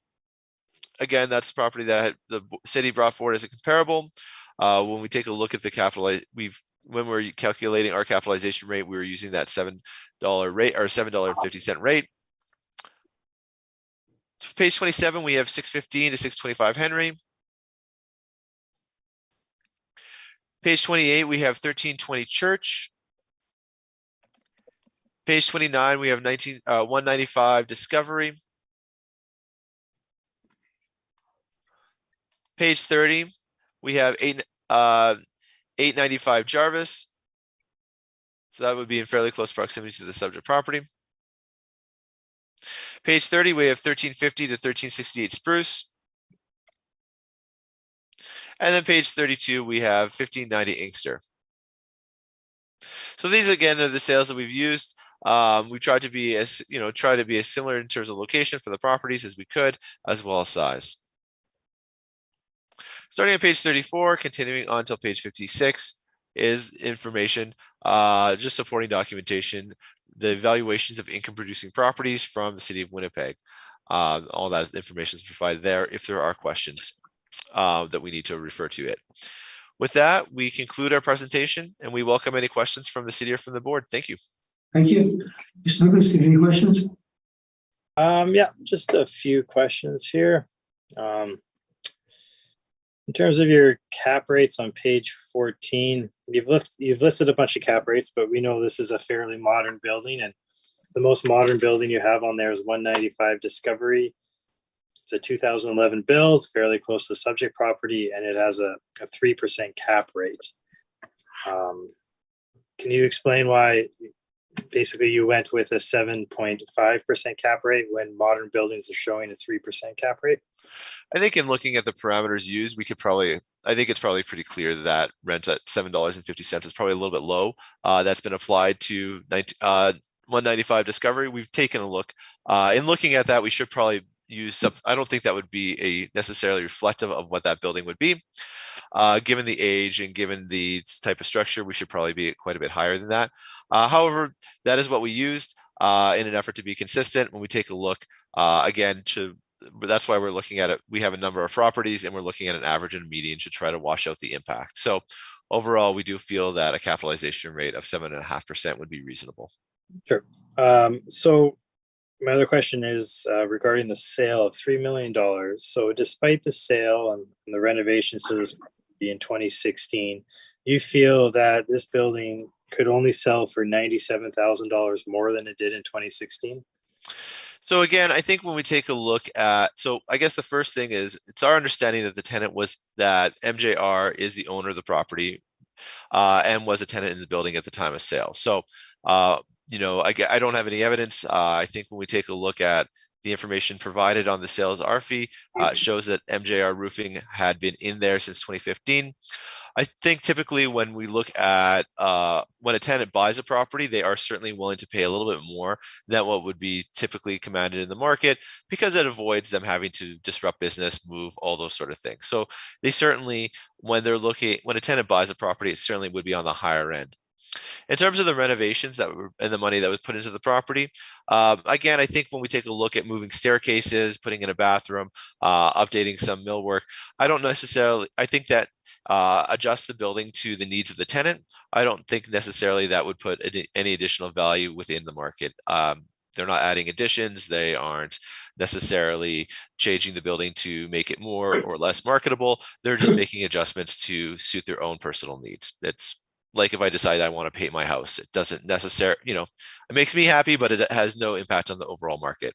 Wouldn't make my house sell for more or less. So similar concept here. Okay, those are all my questions. Thank you. Thank you. Mr. Marks, do you have any questions? Just one, and it's more of a comment than anything else. You're saying it's like painting your house, but painting your house, you're not going to put $100,000 into painting your house. So I think there's a considerable amount of work done for $100,000 to upgrade this facility. I think though, if we listen to what was done, like moving a staircase, adding a bathroom, sure, that makes it maybe more appealing. Moving a staircase, I think, is more of a personal preference in terms of the layout of the space. And then in terms of millwork on the property, it's hard to say exactly what millwork entails. But again, typically that's more just a refresh of the building, or maybe making, it's a fairly new building, or just adjusting for personal preferences. It's not like they're adding a second floor or adding any additional leasable space. So, but definitely they're freshening up the whole space for $100,000. Oh, for sure. I mean, I certainly think that they are making some adjustments to meet their needs, but whether or not that would be reflected within the market, I would think, again, it's hard to say until you talk to someone who's looking at buying the property and finding out exactly what they're looking for. But I think typically when we're looking at some of these updates and some of these refreshes, it's more done for the tenant in the building, less so for the marketability of the property, and it would have less of an impact on that value of this property, in my opinion. Thank you. No further questions. Any questions? I just have one question, and that is, did you indicate that MJR Roofing was the tenant in this building prior to purchasing the building? So MJR Roofing is the owner of the property, and I unfortunately don't have any more information. I can give it verbally, and then in terms of looking at the information that the assessor provided on page 11 of their brief, we could, and I'll, if you want to get there, you can see that MJR Management and Marketing had leased the building starting in, I believe that would be August 1st, 2015. And that property sold in 2016. So it looks like they were a tenant prior to the sale of the building. And then they purchased the building and then they did the upgrades to the building. Correct. Yeah. Okay, thank you. That's all my questions. Thank you. And I have no questions, so thank you. So we'll now proceed with the last matter on the agenda, which is 1331 Napa Road East. And Mr. Livingston, when you're ready, you can proceed. The roll number is 0609307500, 1331 Niagara Road East. The assessed value is $2,212,000. The actual year and effective year built are 2006, and it has a wall height of 26 feet. The construction is metal, and the zoning is M1, light manufacturing. The land area is 122,128 square feet. The leasable area is 13,600 square feet, and the land to plan is 9.05. On my page 2, you can see there is a sale on August 16th of 2018 for $2,130,000. There's also a sale in 2011 for $1,350,000. On my page 3, you can get an idea of where it's located off Fermor, kind of heading out towards the perimeter near La Jamodier. You can see the overhead view. There is a lot of, excess land on this property. It has a curvature to it, which is interesting, kind of following the road, the Niagara Road. On page 4, you can get a view of the property. You can see that it's front loading. They have above grade and it looks like grade level loading. They have a 2-story office in the front. And you can see on page 4, there's some stairs also leading to an office building on the side. So on page 5, you can see our income workup. We actually have it broken down into 2 separate premises. So the overall per square foot is $9.29, the blended rate. Now, we've broken it up because this was what was requested. The building has been altered to a multi-tenant building with each tenant having their own locked storage and office space. This was initially asked for in 2009 to break it up this way. So that's why we have 2 separate premises on this property. We're applying our 3% vacancy, our typical expenses and shortfall, a 5.3% capitalization rate. Is applied to the net operating income of $117,253, and that's how we get our estimated market value of $2,212,000. Again, our rent comparables, my rent comparables are on page 6. These are actual market net rent comparables, looking for rents within the area. So Narren, Debates, DeVries, Gillespie, and Chester are all in fairly close proximity to the subject property. You can see the rents range from $8.93 a square foot all the way up to $13. The effective years built also range from 1966 is the oldest, which is quite old. And then 2013 is the newest build in Debates in the St. Boniface Industrial Park.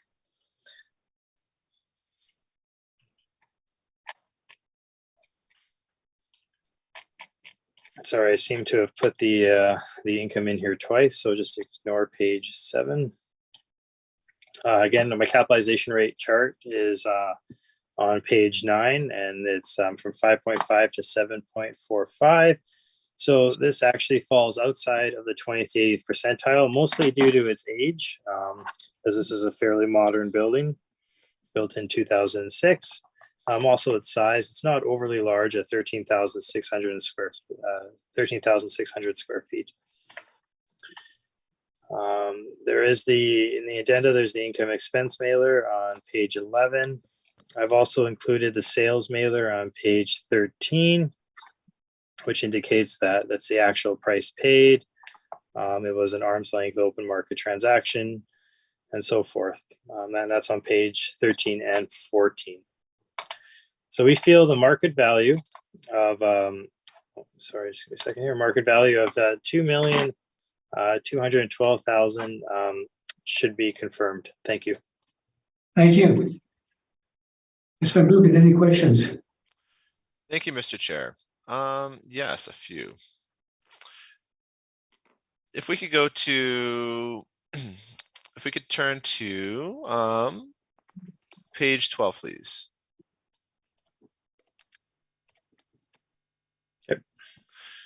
Okay, so it looks like we have a tenant within the building at the time of sale, CNF. So it looks like CNF Marketing. Is that correct? That's what it says, CNF Market. Yeah, and it's indicated that it's owner occupied, correct? Let's see here. They've indicated owner occupied, yes. Okay, and that lease started in 2009? Correct. So would it be a fair statement then that that CNF Marketing would have been a tenant within the building and then purchased the building?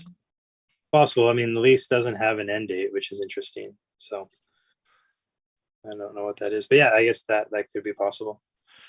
Okay. Question, and so I guess question for you, and I apologize if this is not the right format.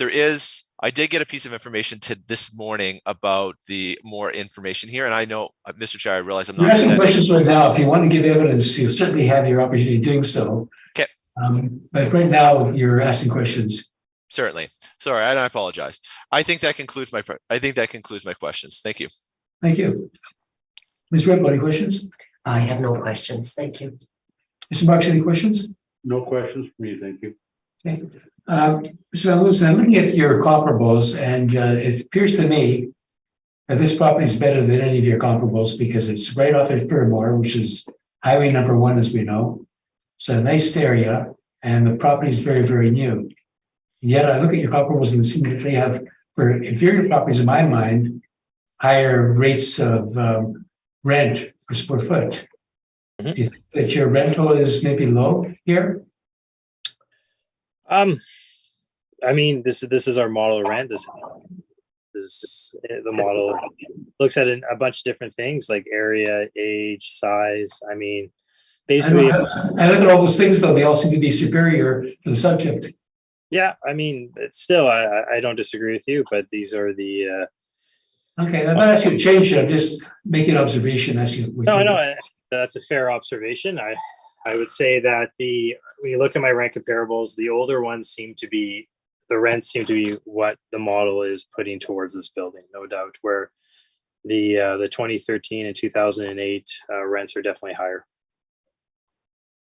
Okay, and in your cap rate, it's lower than 20%. I'll say this building would be ranked between 1% and 20%.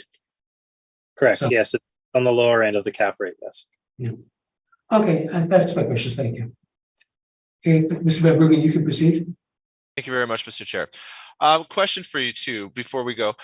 So I did get some information this morning about the purchase of this property. Is it, if I were to send an email to the Board of Revision with that information, is that out of line or is that something that would be acceptable? You know what? Viva voce evidence is nothing that has to be posted ahead of time. If you have information, we'll give it the weight it's worth, although it is hearsay, I guess, because whoever told that to you, we don't know if it's the truth, correct? You don't. But we don't go by the necessary rules of evidence, so we'll give it the weight that it deserves. So if I sent an email with that, just because no, you don't send an email. Give Viva voce evidence if you want to. That something has been told to you, and this is you want to add that onto your evidence. Yeah, so this is in rebuttal to the sale because this is from the person who filled out the income and expense mail or the sales verification mailer.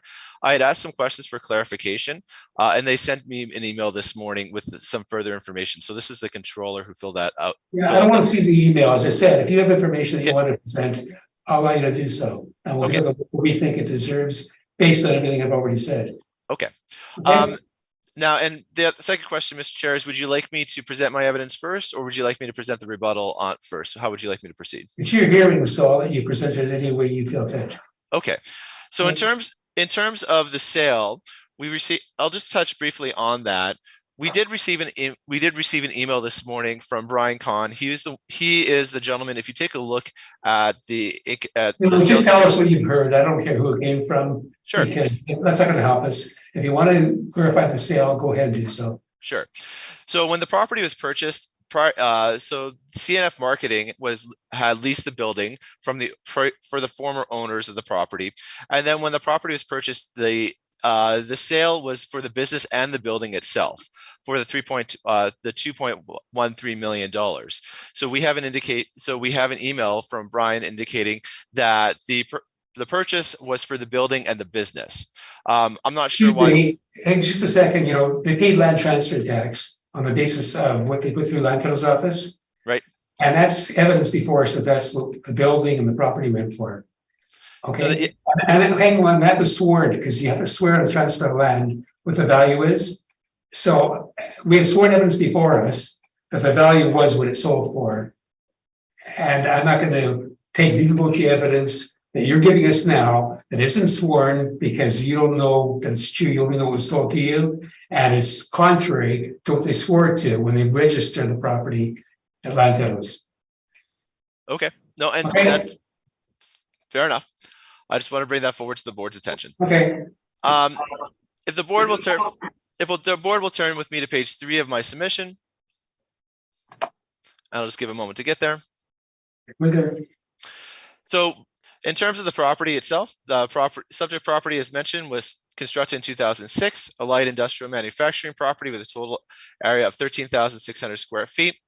Property has been assessed at a value of $2,212,000. MP is requesting a value of $1,715,100. If the board will turn with me to page 5. Page 5, we have our requested assessment for this property. The difference that you'll find between the assessment from the city as well as assessment from MP is in terms of the potential income. The city has potential income of $126,288,000. MP is requesting a potential income of $115,600 for the property. The second is in terms of the capitalization rate. So the property has been assessed with a capitalization rate of 5.3%. MP is requesting a capitalization rate of 6.25%. If the board will turn with me to page 13.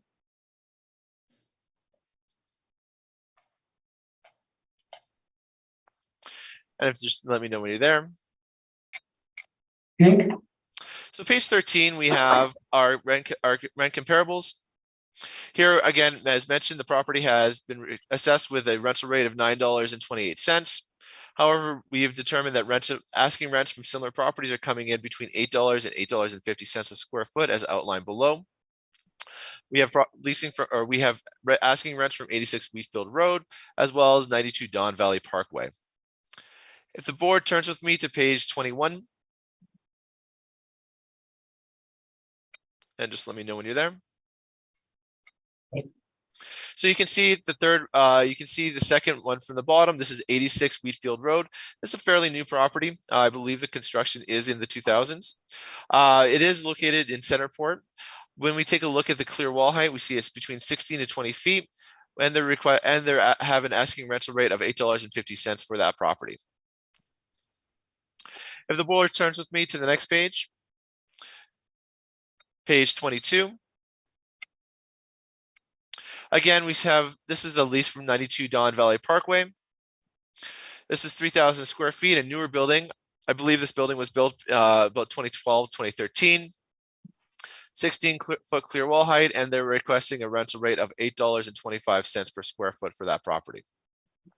So when we take a look at that, again, we feel that that leasing from those properties at $8.25 and $8.50 would suggest that rental rate at $9, that assessed rental rate for the property of $9.28 is a little high. If the board goes back with me to page 14,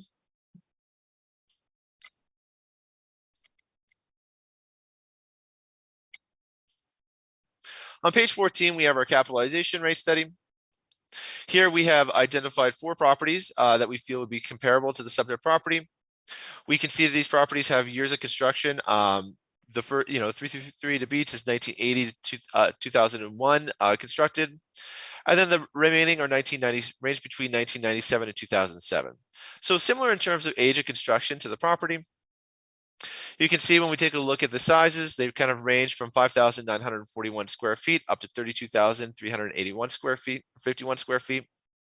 When we take a look again, these properties have transacted between May 2017 and August 2018. To determine a rental rate for these properties, again, we didn't have the income at the time of sale. For 1331 Niagara, we did. But when we take a look, we use our requested rental rates for those properties. So we're at, using your rental rates between $8 and $9 a square foot, vacancy rate of 3%, non-recoverables of 3%, and a shortfall of $3.85. With this, we generate a net operating income, and from there we calculate a capitalization rate. You can see the capitalization rates for these properties range from 5.03 to 6.84%, with an average of 6.29%. If the board will flip with me to page 23.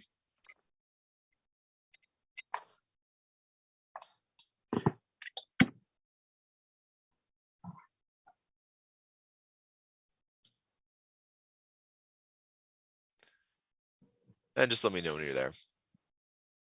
Okay. So we have the sales that we've looked at. So the first is 235 to Beats. You can see here it has the office and the industrial component space to it. Again, so we're taking a look similar to the subject property. Page 24 is the property at 387 Gadbury.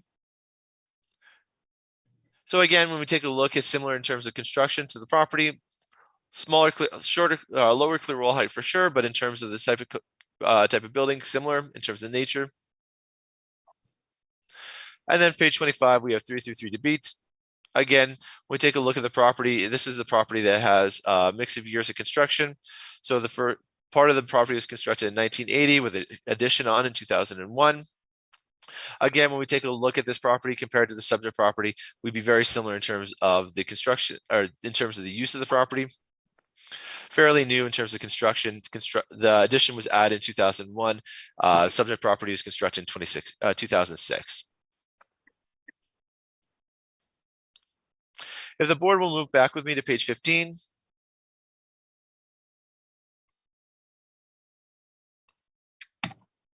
And if the board can just let me know when you're there. We're there. So in terms of the sales for the property, here we can see that we take a look at the sale prices. So again, we are valuing the property based on the income approach. However, we are doing a check to see what the value would be equate to when we take a look at sales within the market. We can see that sales within the market range from $109 to $157 a square foot, depending on when we're taking a look at these properties. So again, when we take a look at this, we feel that there is evidence to support the fact that that property, the value for that property at the $2,212,000 is too high. If the board will move with me to page 16. Page 16, we have a request. So again, we take a look. We're using a rental rate of $8.50 for the property.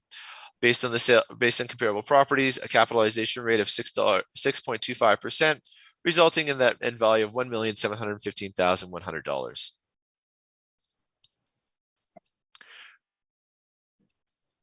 Starting on page 27, continuing on until the end of the brief, page 73, we've provided the valuation of income producing properties, the 2023 and the 2020 reports from the city. With that, I conclude my presentation. I welcome any questions from the board or from the city. Thank you. Thank you, Mr. Lucy, any questions?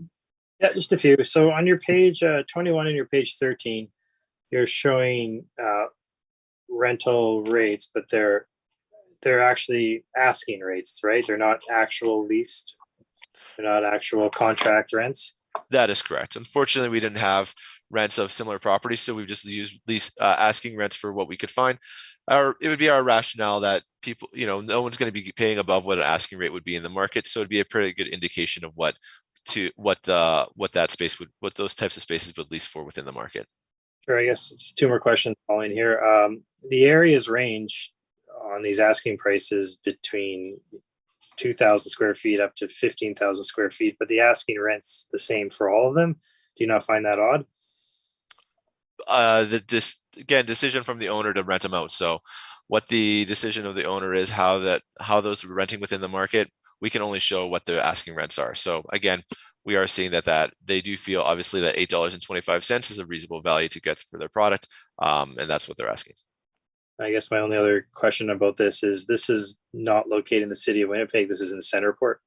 Yeah, so just outside of the city. Again, those were the best comparables we could find in terms of what rental rates would be for these types of properties.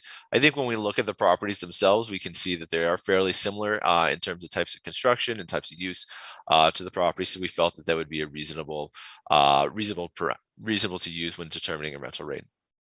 And then on your page 14, you have your capitalization rates. You used the actual subject property. It came out to 5%, and you're using 6.25%. Yeah. So again, we're taking a look at similar. So the property sold for $2.13 million. But then we took a look at other similar properties. So we took a look at properties that we could find that were similar age of construction. So you can see that we've got the properties that we're using range from 2001 to 2007. When we take a look at size, slight variance in terms of size, but again, we're taking a look at what that would be. And we're using similar rents across the board. And that's how we come up with our capitalization rate of 6.29%. And just one last question on your page 15, similar to the last question. Again, you're using the subject property. Even though we're doing on the income approach, you also brought in the comparable approach. Do you not think that the subject property is the best indication of value? Sure. I think it's one indication of value, and we know it sold for $2.13 million. However, I think when we take a look at other properties that have transacted in the market, you could see that there are two properties that are very similar in terms of age that sold in very close proximity or very close time frame to that property and selling for a lower value. So I think people buy properties for a variety of reasons. Again, it would be our position that the tenant was within the property at the time of sale, and we could see similar properties are selling for lower values. So, I think we can all maybe not all agree, but I would argue that when a tenant is buying a building, they tend to pay a little bit higher price because there's some conveniences there. They don't have to move. They don't have to. There's no business interruption.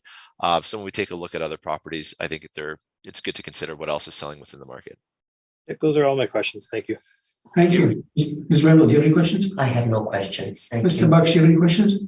No questions for me, thank you. This is not a question, just an observation. This property is very close to the Napa Golf Course. Maybe he's a member and want to be close to this golf course. So that could be an incentive by it.